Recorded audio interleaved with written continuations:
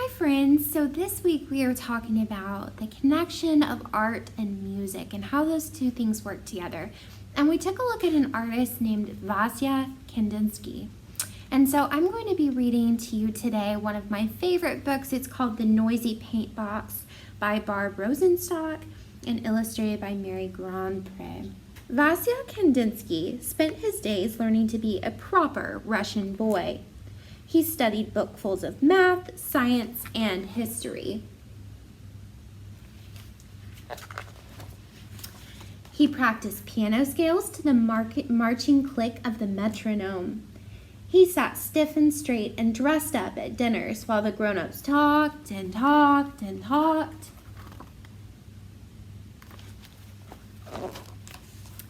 Vasya's well-off world was perfectly polite until the day his aunt gave him a small wooden paint box. "Every proper Russian boy should appreciate art," said Auntie.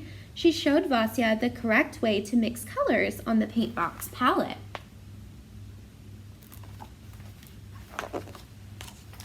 Vasya mixed red with yellow, and then he mixed red with blue. As the colors changed, Vasya heard whisper, hiss. Louder, hiss. Then louder still, hiss. "What's that sound?" asked Vasya. "I don't hear a thing," said Auntie. Vasya listened as his brush stirred and swished. The swirling colors trilled like an orchestra tuning up for a magical symphony. "Mama, Papa," called Vasya. "What a noisy paint box." "Silly Vasily," said Papa. "Stop being foolish," said Mama. Vasya painted the sounds of the colors. He spun a bright lemon circle onto the canvas. It clicked like the highest notes on the keyboard. He brushed a powerful navy rectangle that vibrated deeply like the lowest cello strings. He tossed up jagged swashes of blaring crimson, an orange, tickling violet. Vasya painted and painted until the colors went quiet.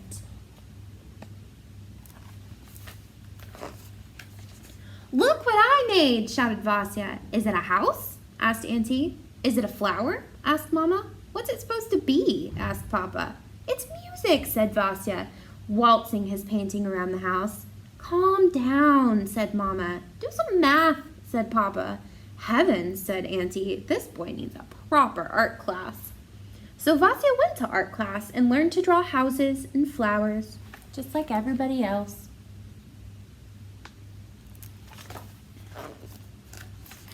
As the years passed, Vasya finished school and studied to be a lawyer. He ignored his noisy paint box and lived the way people expected. But Vasya couldn't ignore the sounds of the colors singing to him in the streets of Moscow. The canary-colored mailbox whistling as he rode to work, the scarlet sunset haze ringing above the ancient Kremlin walls, an ivory chorus of snowflakes scattered on his sable collar of his overcoat.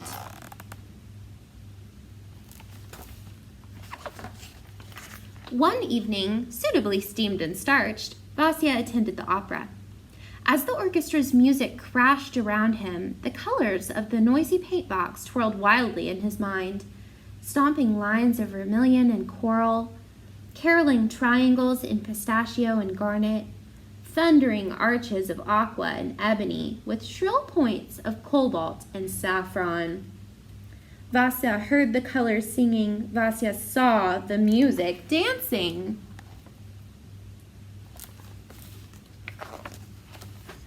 And Vasya was never quite as proper again. He quit his job teaching law and moved from Moscow to Munich to be a painter.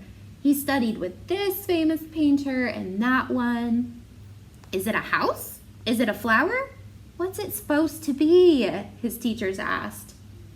Vasya wanted to paint the colors he heard, but maybe the famous teachers knew best. Once again, Vasya put houses and flowers, animals and people into his paintings, just like everyone expected. The teachers were happy. Vasya was not.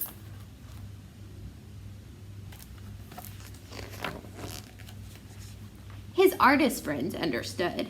They, too, were tired of painting pretty landscapes and pretty ladies.